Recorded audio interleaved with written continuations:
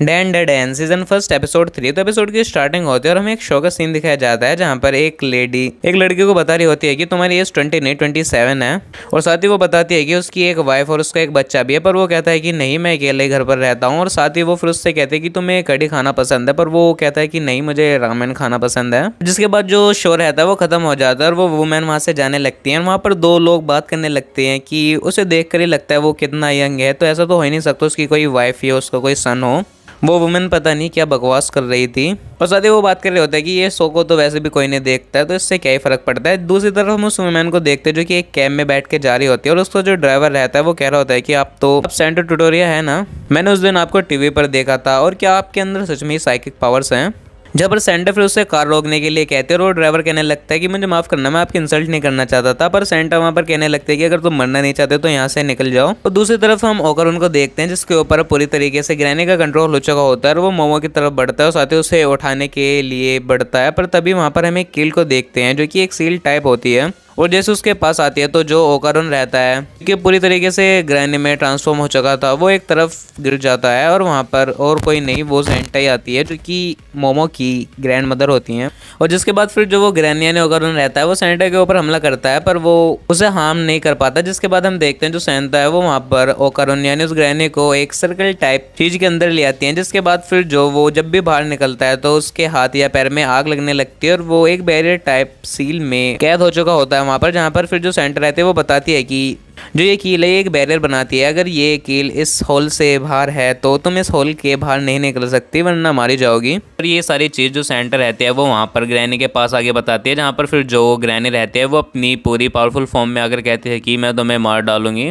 और तुम मुझे ऐसे बंद नहीं कर सकते। जहाँ पर सेंटर कहने लगते हैं कि तुम्हें बंद कौन कर रहा है, मैं तुम्हें खुद ही मार डालूंगी। और जिसके बाद फिर हम सेंटो को देखते हैं जो कि एक और सर्कल उस सर्कल के चारों तरफ बना देती है और जो वो अंदर वाले सर्कल होता है उसे मिटा देती है, जिसकी वजह से वहाँ पर जो ग्रैनी रहती है वो पूरी तरीके से वहाँ पर जल जाती है। और तभी हम मोमो को देखते हैं जिसकी आंख खुलती है और वहाँ पर लगता है कि मोमो वहाँ पर एक ड्रीम देख रही होती है, पर ऐसा कुछ नहीं होता। जो सेंटर रहती है वो उसके घर पर ही होती है यानी उसकी ग्रैंड माँ। और फिर वो वहाँ पर अपनी ग्रैंड माँ से अगर उनके बारे में पूछने लगती है, और जहाँ पर फिर मोमो की ग्रैनी कहने लगती है कि अगर तुम उस इविल स्पिरिट के बारे में पूछ रहे हो तो मैंने उसे मार डाला।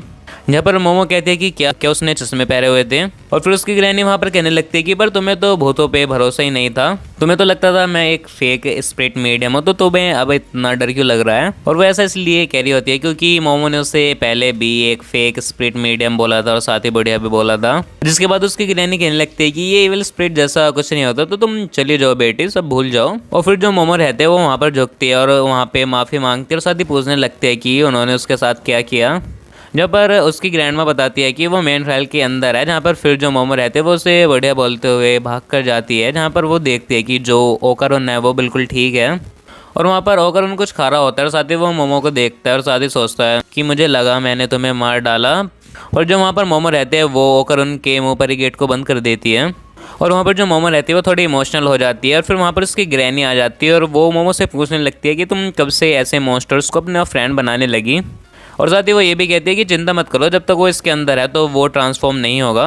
जहाँ पर फिर मोमो उससे पूछने लगती है यानी अपनी ग्रैंड माँ से कि आपने ऐसा क्यों कहा कि मैंने उसे मार डाला। जहाँ पर फिर ग्रैनी कहने लगती है कि तुम ऐसे लड़कों में अब इंटरेस्ट लेने लगी हो। जहाँ पर फिर मोमो बताती है कि वो ग्रैनी ने इसका मेन पार्ट ले लिया है और उसको मेन पार्ट जब भी आएगा जब उसका कर्स हटेगा। जहाँ पर फिर उसकी ग्रैंड माँ पूछने लगती है कि क्या तुम उसे पसंद करते हो। जहाँ पर मोमो कहती है कि नहीं, और साथ ही वो बताते हैं कि उसके पास साइकिक पावर्स आ गई हैं।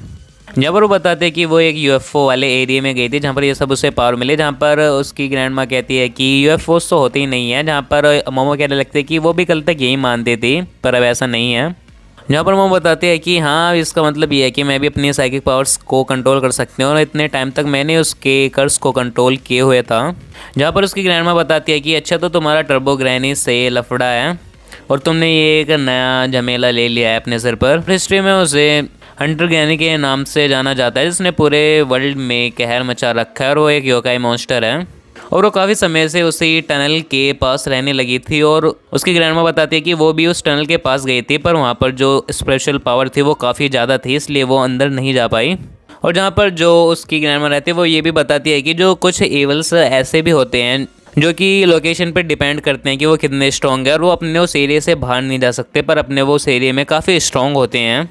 और जहाँ पर जो उसकी ग्रैंडमा रहती है वो बताते हैं कि जो टर्बो ग्रैनी है वो काफ़ी स्ट्रॉन्ग है, तो तुम्हें इस झमेले में पढ़ना ही नहीं चाहिए, और मेरी वैसे भी एक ही पोती है यानी तुम, और मैं नहीं चाहती कि तुम इसमें पढ़ो, और तुम इसके बिना भी अपनी लाइफ को ठीक तरीके से जी सकती हो। पर वहाँ पर जो फिर मोमो रहती है वो कहने लगती है कि अगर इस सिचुएशन में मिस्टर कैन होते तो वो क्या करते। और जिसके बाद फिर जो उसकी ग्रैंडमा रहती है वो कहने लगती है कि मतलब तुम इससे प्यार करती हो।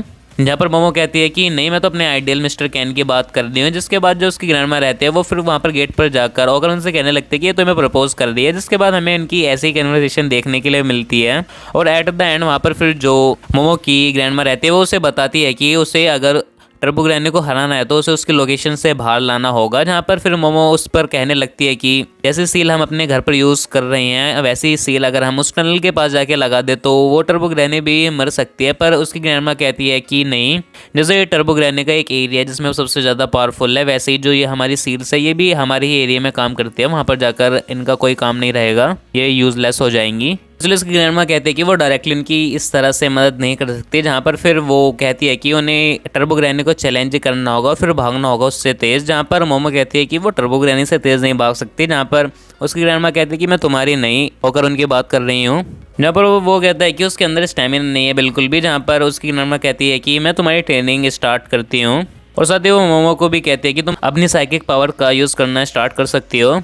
जहाँ पर फिर होकर उन मोमो से कहने लगता है कि मुझे तो काफ़ी डर लग रहा था जब तुम उस बड़े मॉन्स्टर से लड़ी थी, और मैं उस टाइम पे कुछ नहीं कर पाया था, और मैं काफ़ी डिसपॉइंट हूँ उस सिनारियो से। जिसके बाद फिर जो मोमो रहती है वो वहाँ से जाने लगती है, पर होकर उनसे रोक के कहता है कि क्या मुझे थोड़ा पानी मिल सकता है। और फिर उसके अगले सीन में हमें उसी लड़के का सीन दिखाया जाता है जिसके स्टार्टिंग में हमें सीन दिखाया गया था उस शो में, और उसका वहाँ पर भांडा फूट चुका होता है जैसा कि सेंटर ने बताया था, और सेंटर भी उसे देख रही होती है। दूसरी तरफ फिर हमें मॉर्निंग का सीन दिखाया जाता है जहाँ पर जो ओकर रहता है उसे वहाँ पर टॉयलेट जाना होता है, पर वहाँ पर जो मोमो रहते हैं वो वहाँ पर होकर उनके कर्ज को कंट्रोल कर रही होती है। जिसे देखकर जो उसकी ग्रैंडमा रहती है वो वहाँ पर मोमो से पूछ रही होती है कि वो किसी के भी कर्ज को कंट्रोल कैसे करती है, यानी अपनी साइकिक पावर का यूज़ कैसे करती है। जहाँ पर मोमो बताने लगती है कि उसे सिर्फ एक औरत दिखता है जिससे वो अपने हाथों से कंप्रेस कर देती है, और ये सारी चीज़ वो पेड़ पत्थरों पे भी कर सकती है, यानी उन्हें कंट्रोल कर सकती है।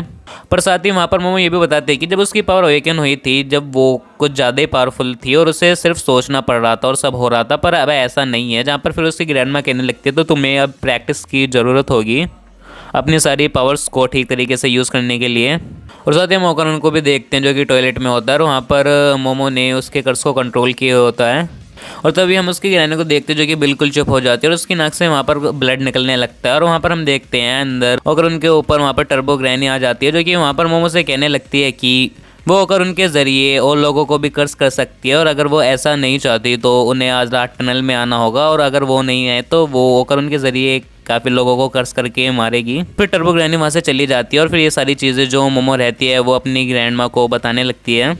और फिर उसके अगले सीन में जो उनकी ग्रैंडमा रहती है यानी मोमो की, उन दोनों को कुछ कॉस्ट्यूम्स दे देती है पहनने के लिए, जो कि एक आर्मर टाइप होता है किसी भी स्पिरिट से लड़ने के लिए। और साथ ही जो मोमो की ग्रैंडमा रहती है वो उसको हक करती है और साथ ही उससे कहती है कि मरना मत। जिसके बाद फिर दोनों वहाँ से जाने लगते हैं और वहाँ पर वो दोनों मेट्रो में होते हैं। वहाँ पर जो मोमो रहती है वो एम्बेरसिंग फील कर रही होती है, और साथ ही वो सोच रही होती है कि टर्बो ग्रैनी ने उसकी ग्रैंडमा को हार्म करने की कोशिश करी, वो उसे छोड़ेगी नहीं। और साथ ही जो मोमो रहती है वो अपने उस कॉस्ट्यूम को भी उतार देती है क्योंकि वो उसे अच्छी नहीं लग रही होती, पर वहाँ पर ओकारून मना करता है क्योंकि उसकी ग्रैंडमा ने उस कॉस्ट्यूम को पहनने के लिए कहा था। जहाँ पर मोमो कहने लगते हैं कि इससे कुछ फर्क नहीं पड़ता हम क्या पहनते हैं, टेंशन लेने वाली कोई बात नहीं है। और इसी सीन के साथ इस एपिसोड का यहाँ पर एंड हो जाता है। तो आई होप आपको इस एपिसोड की एक्सप्लेनेशन पसंद आई हो, और हाँ अगर आपको इसके पिछले एपिसोड की एक्सप्लेनेशन देखनी हो तो उनकी लिंक भी मैंने इस वीडियो की डिस्क्रिप्शन में दे दी है, आप उन्हें भी कंप्लीट देख सकते हैं। तो इस वीडियो में इतने में आपको नई वीडियो में नए वेब सीरीज की एक्सप्लेनेशन के साथ, तब तक के लिए गुड बाय।